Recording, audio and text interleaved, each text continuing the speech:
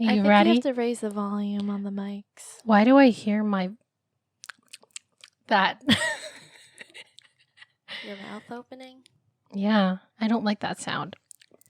Do I have to talk super close? No, It doesn't but make work sure as you well. talk where the symbol's facing you. That's why. Oh. Wow, that was Wait. so much louder. Listen to this. When I was recording for the first time, I was recording like this the whole time. And I was like, why does my voice sound so distant? And it's because I didn't turn it here. Oh my goodness. Okay, this is good. Hey guys, it's Feline, and welcome back to Feelin' Feline, a podcast about what it's like being in your 20s in the 20s. Today, I'm actually bringing in a really special guest, and it's my very dear sister who I love so much. But I'm super excited to be talking to you guys about everything she's been going through, including coronavirus, and even just the bigger things in life, including all the major issues with social media. So let's get started. Hey guys, and welcome back to Feelin' Feline. Today I have a super special guest that I'm so excited to bring into this episode, and it's my sister. Hey sissy, what's up? Hi. How you doing? How's life? It's okay. It's a little hard right now, but we're pushing. Well, that's actually what I wanted to ask you about because you've had a lot of experience with COVID, first with school and with your routine changes. And what is it? You had coronavirus, didn't you? Yeah, I actually had COVID the day that Trump announced that he got COVID, which is kind of funny. But yeah, I did end up having COVID-19. Not because I was going out all the time, but because my boyfriend's family got it and his siblings went to school and got it from there. So I ended up testing positive during my first midterms. Yikes. Yeah. Well, I've heard a lot of different things about coronavirus. Obviously, people experience it differently. So how was it for you? Was it, fever, cough, all that stuff? So for me, it wasn't as bad as a cold, actually. I'd actually prefer getting COVID-19 than a cold.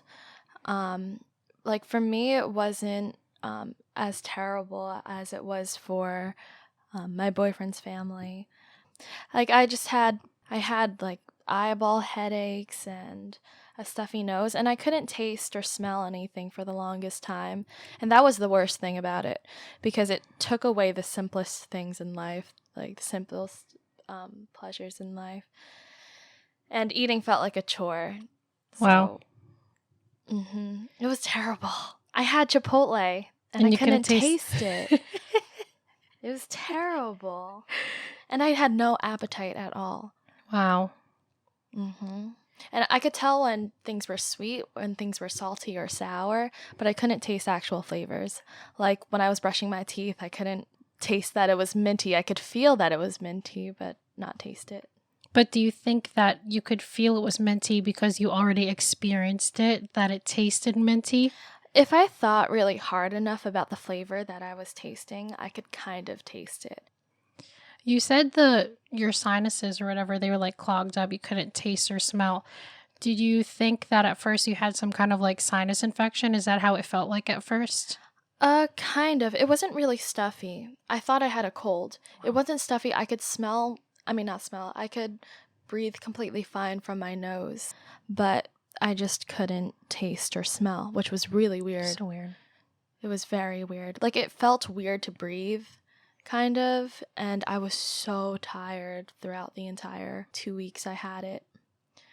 And I was the most unmotivated I've ever been in my entire life. Do you think that after coronavirus, your immune system feels a little different? Like, do you think that you're more susceptible to getting it again, or what do you think? I don't think I'm more susceptible to getting it again. I mean, anyone really is, but I have like the antibodies or whatever. So not that that makes me immune, but I think I'm okay for like the next couple of months. But that doesn't mean that I'm going to go out and do the same things that I would.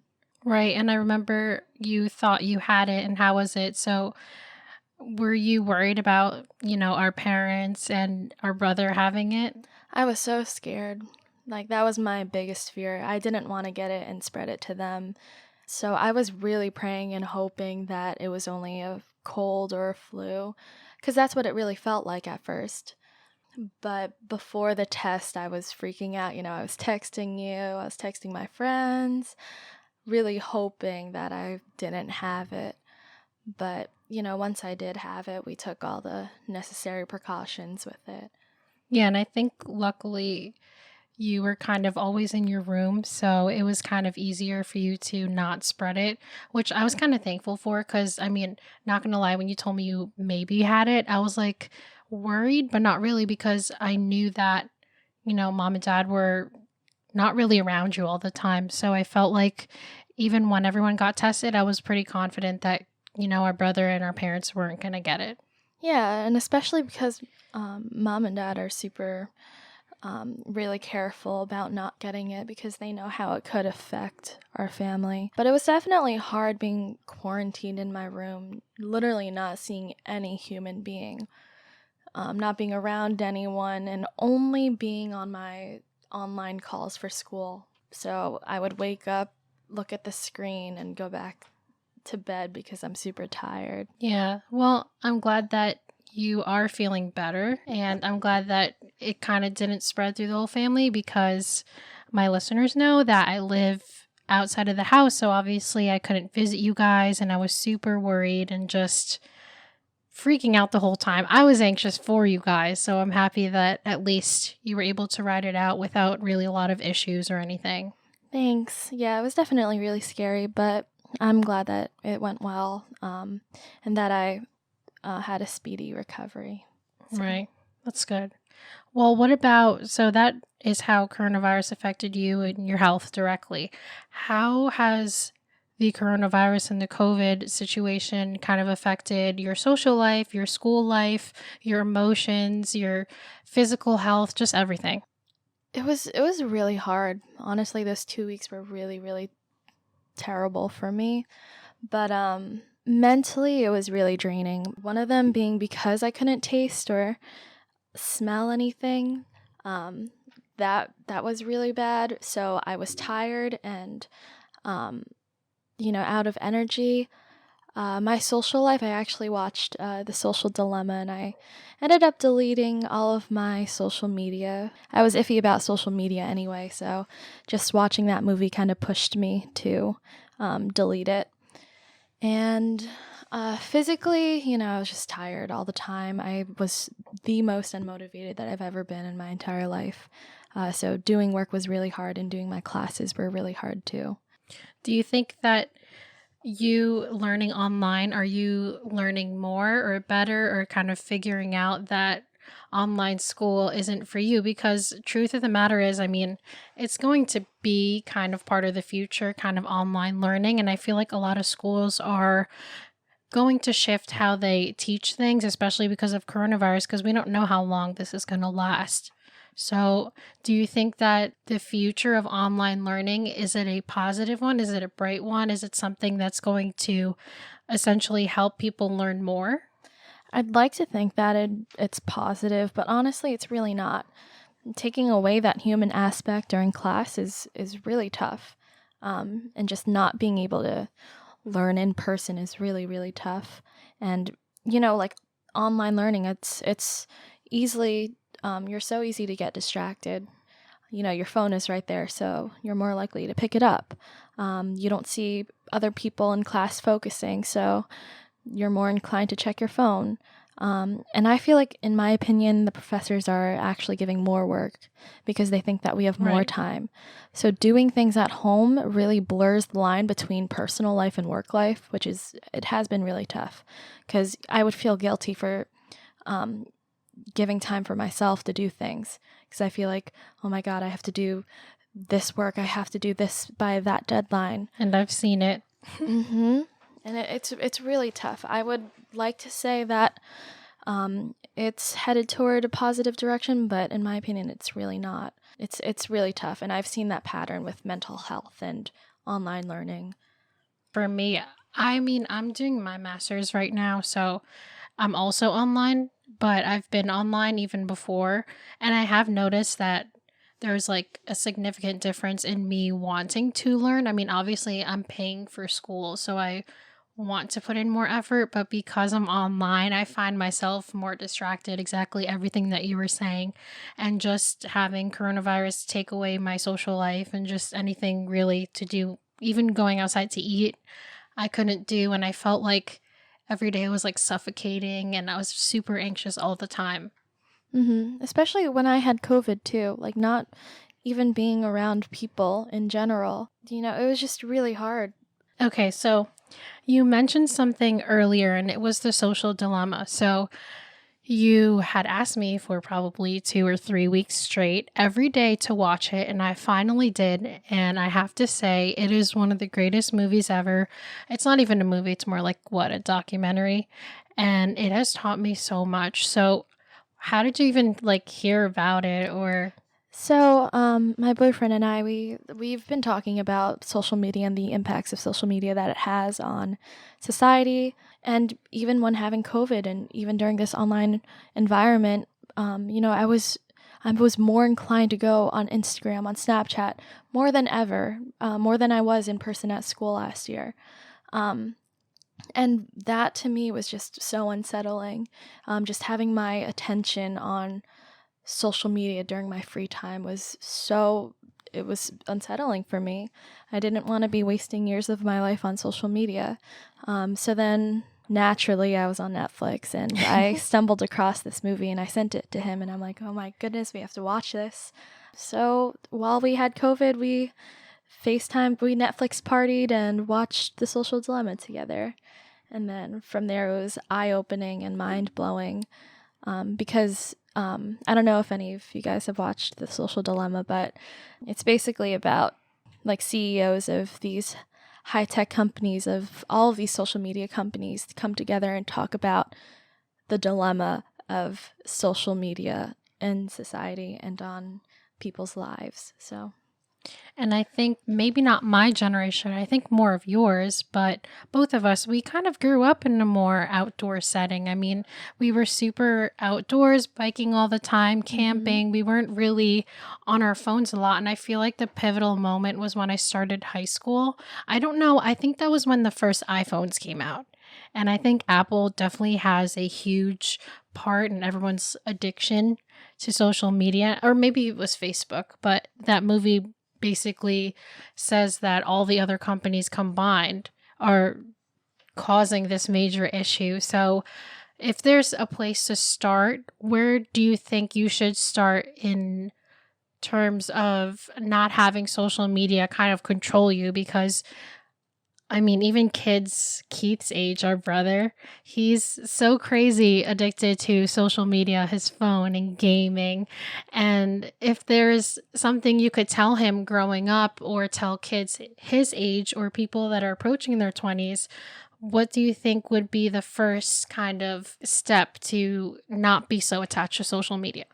first, I would tell them to keep in mind to be their genuine and authentic selves as possible, because I feel like it's hard to tell kids these days not to be on social media.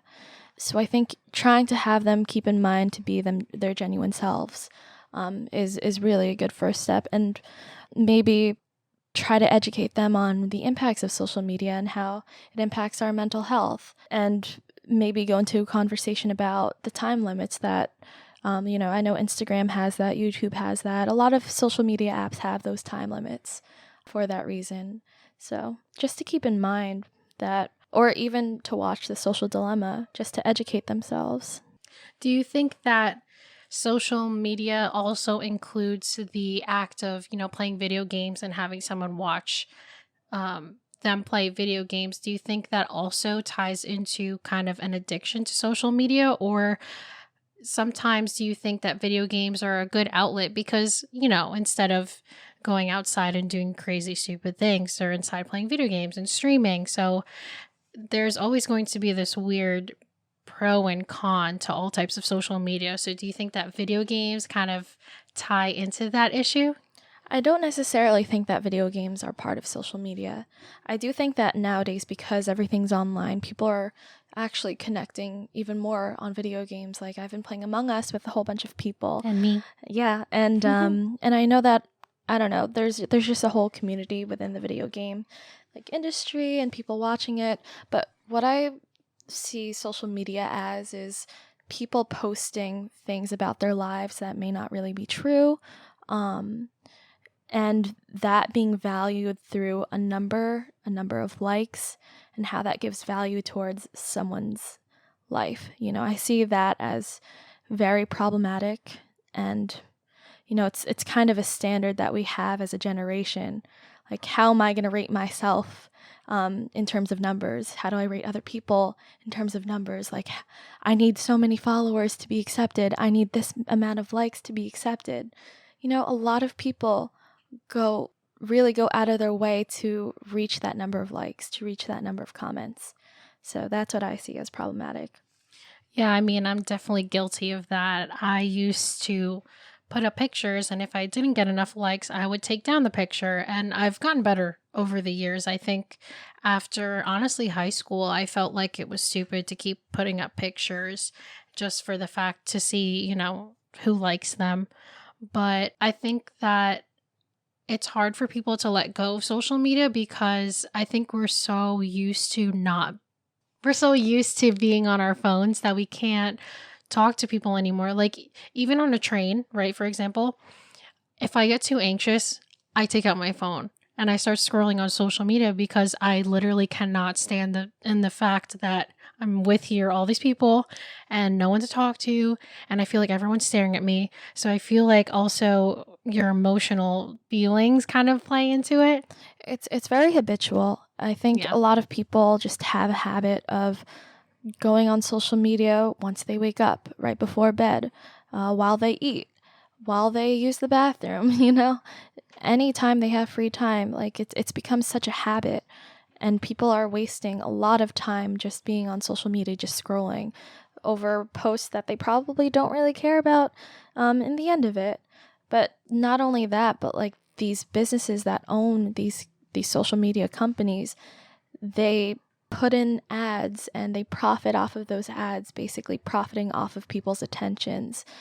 And that's what I see as a problem too. They use these algorithms and they know more about you than you probably know about yourself. They know your patterns, your habits, the amount of time you looked at a specific post, what you've been Googling, and they use that to their advantage to profit off of you. And a lot of businesses nowadays, they're always profit over people. They don't care about how people are wasting time scrolling on the internet. All they care about is the money that they're getting and the profit that they are getting. So right. I think, that's a problem nowadays. People are obsessed with power and with money. It's always profit over people, and social media is just contributing to that problem. But you know what I think is crazy? I don't think a lot of people are aware that they're basically being controlled. Yeah, mind controlled. They're not even people to these companies, and they're more robots basically, and things to look at for patterns, and they're basically data points to look for patterns. I think people have an idea of it. I mean, I'd at least hope. I had an idea, like, I would see ads all the time. I would just like skip past them. But watching The Social Dilemma was just super eye-opening, just to hear from the CEOs and the big tech people of these companies, and they know it's a problem. And I would hope that people are trying to do something about it, because this is affecting like the election, how people view other people, of other races, of other religions. Like, conspiracy theories spread so fast on Facebook. Fake news spreads 6 times faster on Twitter than it does real news. And I think also one of the biggest problems too is that we don't have one reliable like news source that we can look to. A lot of people that I've talked to, like, they don't know much about the election or like the candidates and stuff, because they got most of their information on Instagram or Facebook, and there's no reliable like source that you can look at to get that information. And the election is super important. That dictates how we're going to be living the next 4 years of our lives. And I think that's a really big point to consider with social media and the election and the government in general. Yeah, and I think it's crazy because something really crazy from that movie that kind of stuck in my brain is that if you Google something and, how they have the drop down of suggested, what's the remaining of what you're trying to type into the search bar. I thought it was interesting that in different areas of the world, it's different. Like you could look up, why is America? And then in America, it would say, why is America great? But in other countries, it's like, why is America a terrorist type of country? Or is democracy good for you in one place? And in another places, is democracy basically destroying the US? All these different types of things. Isn't that kind of crazy that even Google, a company that almost everybody trusts, if you have a problem, they're like, oh, just Google it. Isn't it crazy that even that search engine doesn't really give you a neutral response or a neutral kind of articles or responses to anything that you're looking for? That is crazy. Like you said, if you look up Democrats are versus like in the Northeast versus in the South, there are two different results in that Google search engine. So weird. And that dictates the information that they're looking up about it. The fact that Google, which is such a standard normal thing in our lives, does that, it's a little scary, because you're wondering where am I getting my information from? And I wish that Google would not filter but say whether or not this is a reliable news source, this is not a reliable news source. I think maybe that might be a solution to things that are happening. But okay, so you say mark it as a reliable source, and this kind of ties back into what I heard into the movie. How do you look at an article or look at a website and claim that is reliable? Like, what is the type of technology that's needed? I feel like that's still kind of lacking in how technology is right now, that they need some type of software or some type of coding that will be able to determine if something is really reliable or not. It's definitely really hard. I had this conversation with someone too. With technology today, I feel like it could be possible to do so, but I just don't know the legal aspects with Google and if they're allowed to do that or not. I think we could make it happen. If there's a will, there's a way, Yeah, and I'm sure there's something, and even articles you need to write for your paper.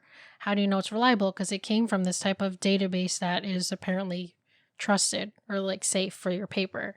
So maybe if more companies had something like that, I feel like it would be useful, but I think it's still going to be a long process because these companies are making money by basically draining the brains of everyone using them. That's a huge, huge problem because once again, even with democracy and Democrats versus Republicans, and I think I mentioned the conspiracy theories on Facebook, and I feel like that's one of the reasons why people are so closed-minded because of these algorithms, they only see one type of way of thinking. So they're not open to the other side. They're not, there's no conversation happening because on Facebook, these groups that they form, that's where some people get their information about the government and what's happening in the country. And, if there's no dialogue between people with differing opinions, then we're not going to get anywhere. And social media really contributes to quote unquote communities. Once you start looking one thing up, that's all you're going to see. If you look up, I don't know, something on Amazon or on Google, look up MacBook charger, you're going to get Apple ads on Instagram. You're going to get these ads on Twitter, on Facebook, on Snapchat. But I hope that by people listening to this, I think it's important to continuously communicate the issue, and maybe in school it'll become a more popular topic, but I hope that by the time that happens, it's not too late. Do you know what I mean? I feel like we're already on that path of basically technology destroying us. And I feel like not many people want to think about it because even here in Jersey, maybe New York, even worse, or California, everything's so busy. People don't have the time anymore to just sit down, relax, or realize that, using my phone for 5 hours or 6 hours a day is a really bad habit. So I think that's also another issue, that it needs to be communicated more, and it needs to be a topic that's more talked about in school, especially for kids that are starting high school, where it's basically a huge time of people feeling pressured, especially in social media. And I think that's so sad, because the amount of suicides, the amount of depression in just high school kids, it's a serious problem. And I don't think that it's really being focused on compared to other things. And I seriously think that teenage mental health needs a lot more attention. Most definitely. And even with like TikTok, you can find 13-year-old girls dancing on TikTok, and who knows who could be watching those videos. Who knows if there could be a creepy 70-year-old man, Pedo creep watching these videos, and Yeah. I think a lot of people don't want to admit that this is what social media does. And I think that's also a problem, but a bigger problem is that people aren't educated and they just don't know. Well, speaking of education, let's kind of talk about what you're doing for school.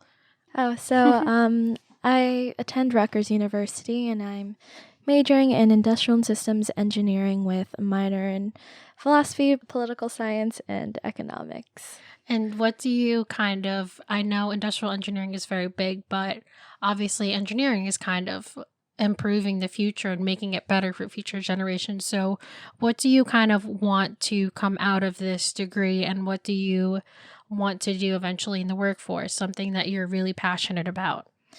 So lately, I've been watching a ton of videos about like social issues and politics and stuff like that.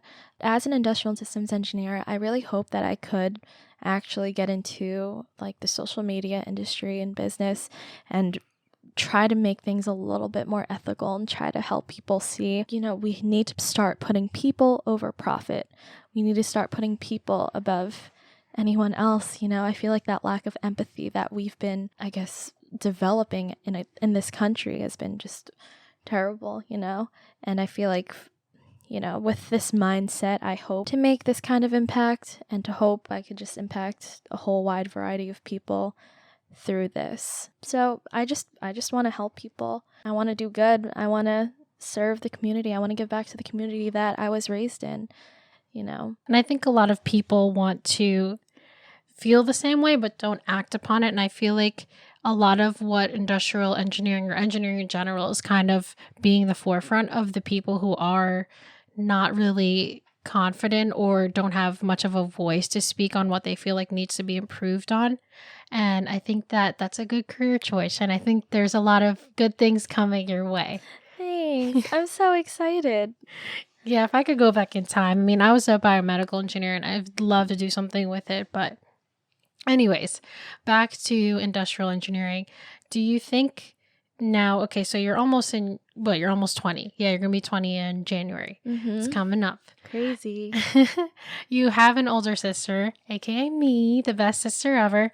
So watching kind of me go through my 20s so far, do you think there's these huge major life lessons or things that now that at least you're, coming into coronavirus, into all these issues, environmental, social media, and everything that's kind of your generation's kind of stuck with eventually when the older generations kind of die out? What do you think are major lessons or things that you feel like are important to keep thinking about as you go through your 20s? That's a really tough question. I think be true to yourself and to just genuinely be yourself and to live an authentic life, do what makes you happy, follow your passions, and just basically that, and try to better yourself as much as you can during these times, because it is really hard right now. And it's hard to lose track of what you're focused on, especially because of COVID-19. But I think just keeping that in mind, because the 20s is where you really grow, I feel like. Definitely. Like who I was just even a couple years ago, just in high school, I never thought that I would be as interested in humanities as I am right now. Yeah, and I think when you hit 20 or 21, it's a great time, obviously, because you can finally go out and have a good time. But things start to hit you really quickly, and life really gets in your face, because this is basically your future with everything going on, even elections and how the environment is being put at risk and the amount of attention we're putting into major issues. It's going to be something that's on your plate. And I hate to say it, but I'm truly confident that your generation can go and fix what we unfortunately have not been able to. And we're still in the process, of course. My generation's still in the mid 20s, but I think it's going to take more than our generation to fix it. But I have seen a lot of people in your age that are just approaching their 20s that are very passionate about the environment and wanting to make the world a better place and kind of get rid of social media and all these pressures. So I think everything's going to get better, but over time. I really hope so. I do see that there are a lot of people my age really educating themselves about these issues. But I just hope that more people can open their eyes towards the impacts, the negatives of social media. And I think if that issue is tackled first, then a lot of issues can be solved from that. But social media is just a huge, huge problem that I can't emphasize enough because of the impacts that it has. That being said, I really hope that everything will end up okay and that there will be actual change. Even with like the Black Lives Matter movement, a lot of people are super passionate about that and they're starting to get their voices heard. And even with the LGBTQ community, there's a lot of good things happening, but we still got a lot of work to do. Yeah, definitely. And I think if we start tackling these problems one by one, we can get the next generations to continue this path. And I guess on a more larger scale, it's hard to make a big effect right away. It's hard to just be like, oh, I want change and I want it to change now. So in terms of kind of what we do in our everyday lives, what do you think is kind of important to continuously and actively do in your everyday life and thinking to kind of change how the world is now? I think just to keep an open mind in terms of anything and everything. When other people have opinions, like keep an open mind with what they have to say. Just having an open mind and just being aware that, there's a lot of biases and assumptions one makes in their life that, could lead them to a certain way of thinking or whatever. So just to keep an open mind, I feel like, throughout your life. Yeah, and I think having an open mind is kind of hard because you're basically used to one way of thinking, but like every day I feel like you kind of have to force yourself to be more aware of things and more open to other people. And that's why I feel like socializing is really important and kind of being open to talking to different people and not just, the circle that you've known for 10 to 12 years. So. Mm-hmm. And definitely living in the present too. Yes. One thing that I saw would be people in a group. They would just be on their phones on social media, scrolling through, not really interacting with one another. And I feel like if we tackle these problems with full force, with these protests, with saying what we want to change, that's the only way that we will progress little by little. Definitely. Well, that's basically all I have from my end, but I know you have midterms coming, so I super, super appreciate your time. And I know this isn't going to be the only time you're going to join because I'd love to even just talk to you about, starting your 20s and things and hearing kind of how your experience is different from mine. So thanks. I really appreciate the time that you put in for this episode. Thanks for having me. I'd love to join again. This is really cool. So, all right, awesome. And good luck with your midterms. I hope you kick butt. Thanks. I'm going to need it. Well, that's it. Thank you guys so much for listening, and I hope you enjoyed and were super excited about hearing so many new things about our special guest. But anyways, if you have any questions, comments, concerns, or just want to talk about anything that you'd like to hear on the podcast, feel free to DM me on Instagram at FeelinFeline Podcast. That's at FeelinPhilline Podcast. I'm also on Twitter now at FeelinFeline. And I even made a TikTok too, and my TikTok is at FeelinFeline Podcast. So thanks guys, stay tuned for the next episode, and I'll definitely talk to you guys soon. Bye!